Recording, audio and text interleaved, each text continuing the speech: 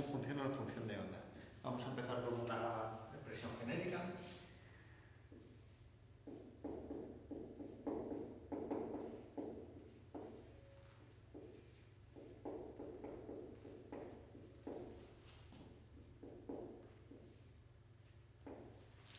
Vale, recordad que lo importante de esta expresión es que tenemos que identificar una serie de elementos que hay que saberse de memoria. Es decir, hay que recordar qué es la amplitud, hay que recordar qué es la frecuencia angular, qué es la longitud de onda, bueno, una serie de cosas que vamos a ir viendo poco a poco, ¿vale? Otra cosa que tenéis que tener en cuenta es que todos los elementos de este problema siempre van a ir apareciendo de la misma forma, es decir, todos los problemas tienen la misma estructura. Todos empezar pidiéndoos que me expliquéis o que me digáis cuál es la amplitud, después os pediré cuál es el grado de fase inicial, etcétera, etcétera, ¿vale? Hay que recordar esta fórmula. Esta fórmula es la que representa a cualquier onda que nos podamos encontrar, ¿vale? Así que, bueno, pues no queda otra que aprendérsela, ¿vale? Voy a poner una posible expresión que nos podemos inventar, ¿vale? Esta posible expresión podría salir del resultado de analizar un sonido y que viéramos sus componentes. Esto es lo que pinta, por ejemplo, un analizador de espectro cuando nosotros grabamos un sonido y lo pasamos por ese analizador. Para poder pintar esa onda, lo que hace internamente la tecnología que utilizamos es analizar qué frecuencia tiene ese sonido, analizar qué amplitud lo caracteriza y genera una función que es específica para esa onda, ¿vale? Que es esta que voy a poner. Por ejemplo, me la invento, ¿eh?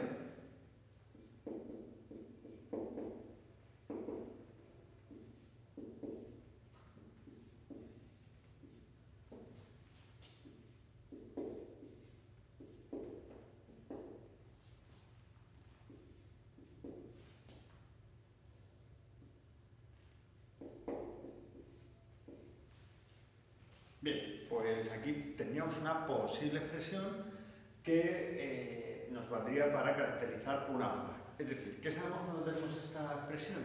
Que esta expresión representa una onda única que tendrá unas características únicas, es decir, tendrá un nivel de presión sonora exclusivo, es decir, una amplitud exclusiva, que en este caso ahora identificaremos. Una frecuencia también característica, estará avanzando por un medio característico y ese medio lo podemos averiguar simplemente con la información que tenemos aquí, con esa información numérica, ¿vale? Ahora lo vamos a ir viendo. La primera cosa que tendríamos que hacer es calcular cuánto vale, y así os lo preguntaré normalmente, cuánto vale la amplitud.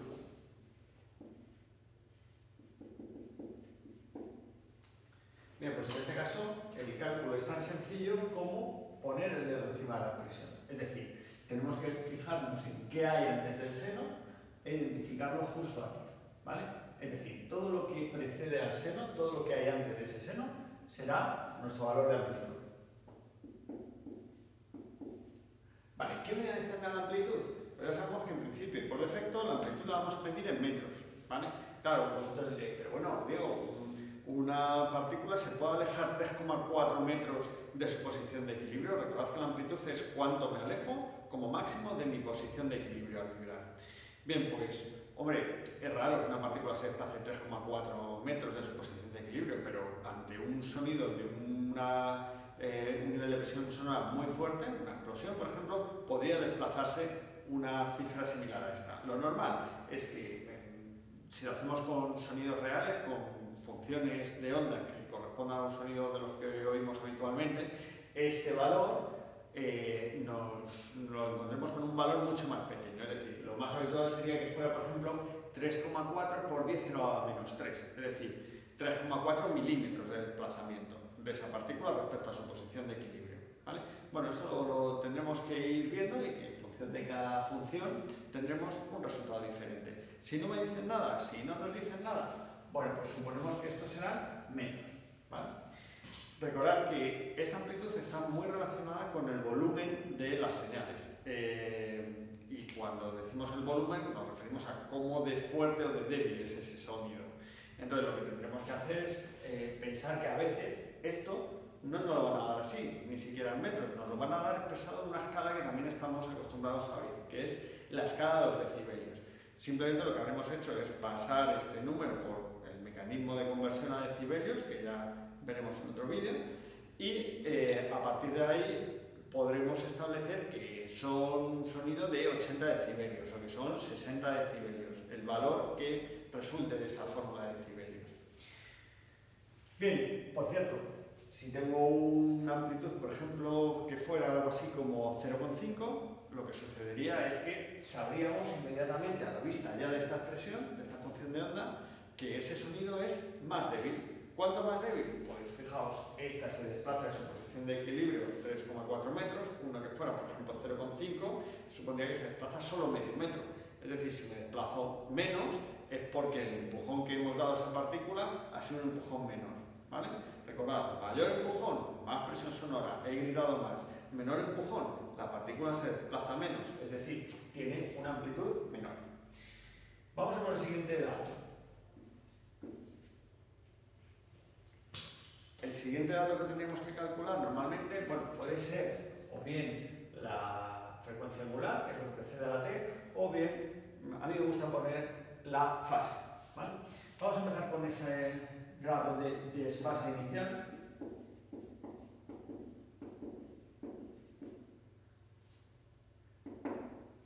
Y en este caso, el grado de desfase inicial lo representamos con este símbolo y simplemente lo que nos va a decir es cuánto se desfasó la onda o cuánto está desfasado el movimiento en el inicio.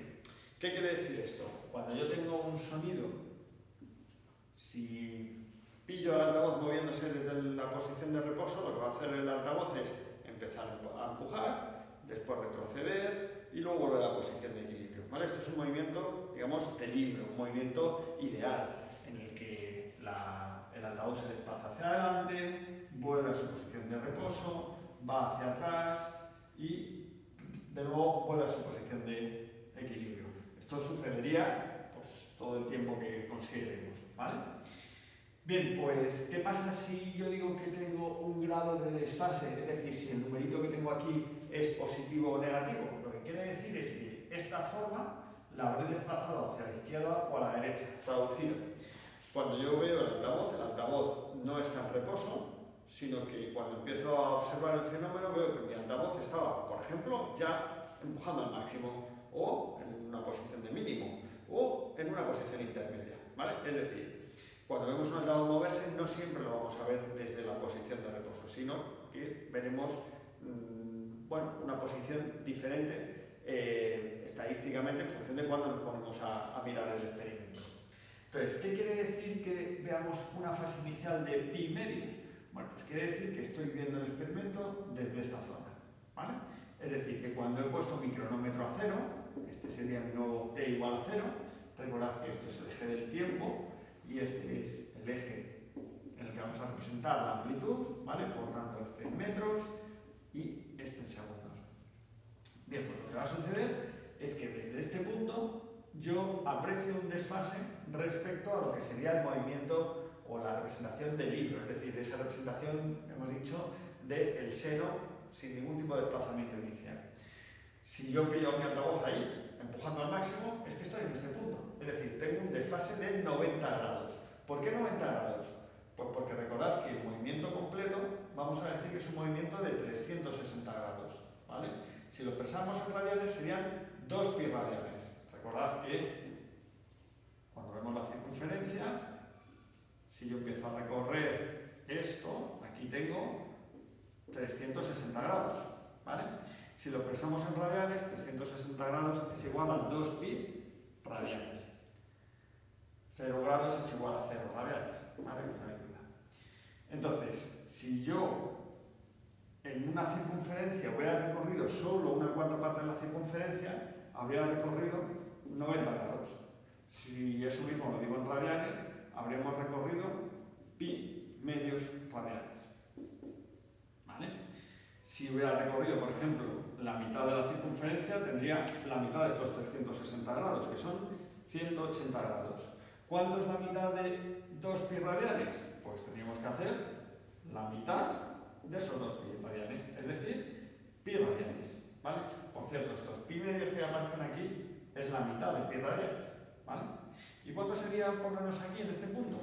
Pues sería 3 veces esto, 3 veces pi medios, o 3 veces 90.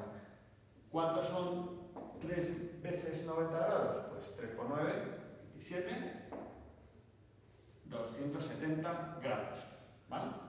Bien, pues teniendo claro esto, que es la forma de describir cómo nos movemos, si decimos que estos son 360 grados o 2pi, y aquí he recorrido una cuarta parte de ese movimiento completo que puedo realizar, es tanto como decir que me he movido eso, una cuarta parte. Una cuarta parte de ese movimiento serán 90 grados. Y eso es lo que represento aquí. Estos pi medios, o 90 grados, ¿vale? Ya hemos visto que es lo mismo, representan el desfase inicial. ¿Cómo lo pongo? Pues, bueno, simplemente lo que tengo que decir es el desfase inicial, en este caso, son pi medios radianes. O, si queréis, 90 grados. ¿Vale? Y, insisto, la única diferencia es que yo empiezo a ver mi experimento desde aquí. Es decir, que cuando yo veo al altavoz, esto quiere decir que lo hemos pillado no en la posición de reposo, sino en el máximo de compresión. El máximo de compresión es que el altavoz ha salido hacia afuera, ¿vale? Me está empujando, está al máximo de ese empujón, ¿vale? Un detalle importante, ¿por qué manejamos mucho la fase? ¿Por qué hablamos de fase y no decimos, bueno, pues ha recorrido tanto tiempo? Pues esto tiene que ver con que cada onda tendrá una forma de describirse que siempre es la misma, ¿vale? Siempre lo describimos con esta forma senoidal, ¿vale? Pero cuánto dura eso es diferente para cada una de las expresiones que pongamos aquí, ¿vale? No es lo mismo que esta onda represente un sonido agudo a que represente un sonido grave. Si es un sonido agudo, lo que vamos a tener es que esto se repite cada muy poquito tiempo, es decir, dura muy poco tiempo, tiene un periodo muy pequeño. Si fuera una onda muy grave, lo que tendríamos es que sucedería cada menos tiempo, es decir, tendría una frecuencia menor y tendría un periodo, por tanto, más largo, duraría más en segundos, ¿vale?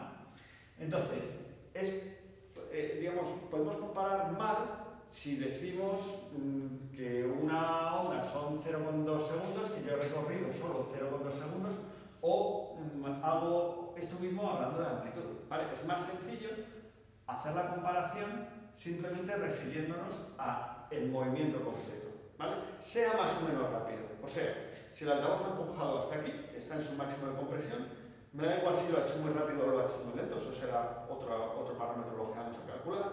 Lo importante es que habré recorrido una cuarta parte del movimiento total que hago. Y esto, el estar ahí en ese máximo de compresión, llegará igual para una onda que sea aguda, que represente a una nota con una frecuencia muy alta, o para una onda que represente a una señal grave.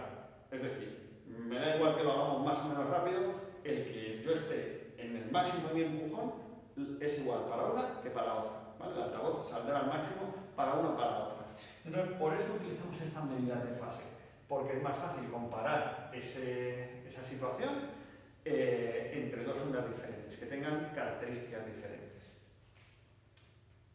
Bien, corto y borro.